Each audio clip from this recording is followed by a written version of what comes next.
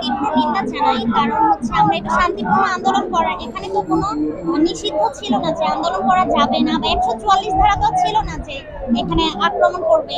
কিন্তু এরকম আক্রমণাত্মক পুলিশের কর্মকাণ্ডের জন্য অবশ্যই এটা নিন্দা জানাই। কারণ টিয়ার সেল, তারপর লাঠিচার্জ, অনেকে ইনজুরি হয়েছে। শিক্ষার্থীদের উপর এরকম হামলা খুবই নিন্দিত। আমাদের 3 দফা দাবির মধ্যে হচ্ছে প্রথমত আমরা 70% আবাসন ভাতা চাই, যেটা বাংলাদেশের অন্যান্য বিশ্ববিদ্যালয়, অনেক বিশ্ববিদ্যালয় আবাসন ভাতা দেওয়া হয় যাদের হল নেই তাদেরকে। দ্বিতীয়ত হচ্ছে আমরা হল চাই।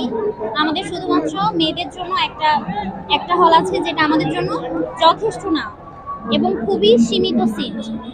আর হচ্ছে ছেলেদের জন্য হল নেই বললেই চলে। তৃতীয়ত হচ্ছে সেনাবাহিনীর কাছে যেই দায়িত্ব দেওয়া হয়েছে আমাদের দ্বিতীয় ক্যাম্পাসের জন্য, এটা খুব তাড়াতাড়ি যেন বাস্তবায়ন হয়, এটাই চাই।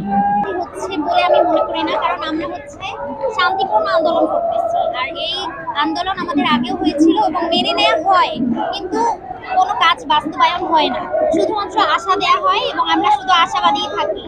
মেনে নেওয়া হয় না জন্য আমরা মানে পুনরাবৃত্তভাবেই আন্দোলন করতেছি।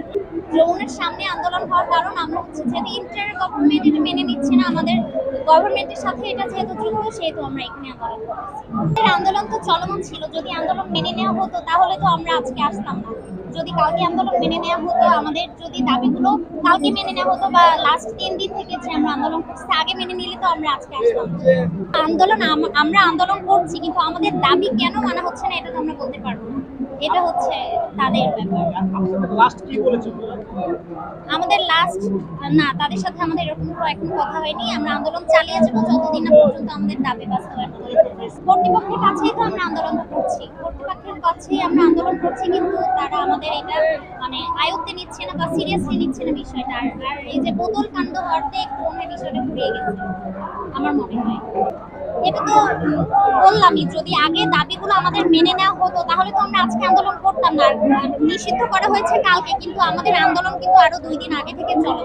প্রথম 2 দিনই যদি মেনে নেওয়া হতো তাহলে আমরা আজকে আন্দোলন করতাম।